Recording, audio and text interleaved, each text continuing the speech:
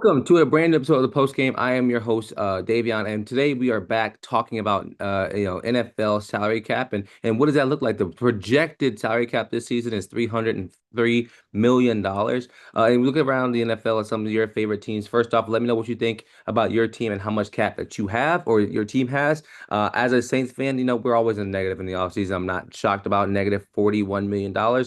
It's better than the negative 100 or the negative 200 that we've had for some years. But yes, negative $41 million isn't a terrible spot or start for the New Orleans Saints. But let's look around for some other teams, man. Let's look at teams that just fine. Recently hired a new head coach. You look at the Tennessee Titans with Robert Saleh.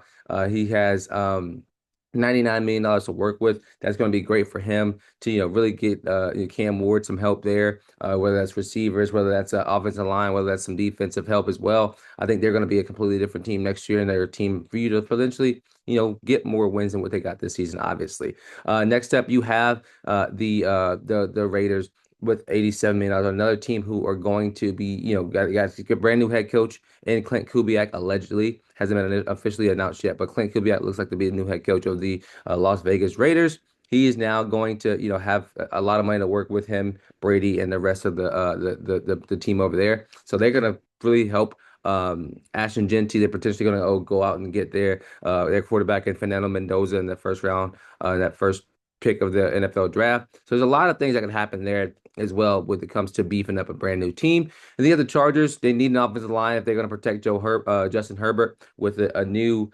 offense coordinator and Mike McDaniels there. They could be very productive this next upcoming season if they can get some help for him and give him some time in the pocket. Jets, whatever the Jets are going to do, you have to figure that out. But Seattle, they got a lot of guys to pay this year. They made it to the Super Bowl this year, and they're going to have $75 million to spend on some of those players that they have now, and for some ones that they want to add and beef up that roster. I can see Seattle being, potentially even back-to-back Super Bowls because of where they are right now. And then we're gonna jump around. I'm not gonna go through every single team. I want to jump around. The Niners sit there with $25 million, and they can even hit some more with Brandon Ayuk declining his option as well. There's a lot of teams who, are in the negative that needs to, figure their lives out because, Saints, Kansas City to me is the biggest one that should be alarmed because, Patrick Mahomes is not going to be out next season.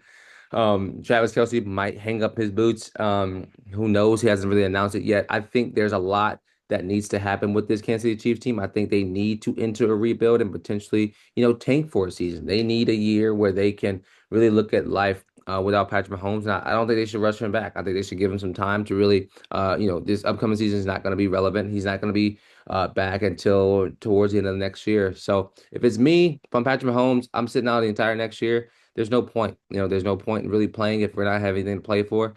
And I just think it'd be more productive on his body in the long term than in the short term future.